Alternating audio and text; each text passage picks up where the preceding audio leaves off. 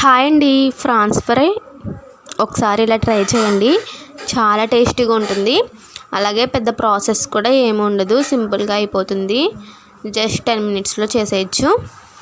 అయితే ఒక బాండి పెట్టుకుని అందులో 1 టేబుల్ స్పూన్ ఆయిల్ వేసుకుని కొద్దిగా పసుపు అయితే వేసుకోవాలి. తర్వాత రేలు వేసుకొని ఫ్రై చేసుకోవాలి. కొద్దిగా సాల్ట్ వేసుకొని ఫ్రై చేసుకోవాలి. ఫ్రై అయిన తర్వాత అందులోనే కొద్దిగా కరివేపాకు వేసుకుని తర్వాత ఫ్రై అయిన తర్వాత కొద్దిగా అల్లం వెల్లుల్లి పేస్ట్ కూడా వేసుకోవాలి.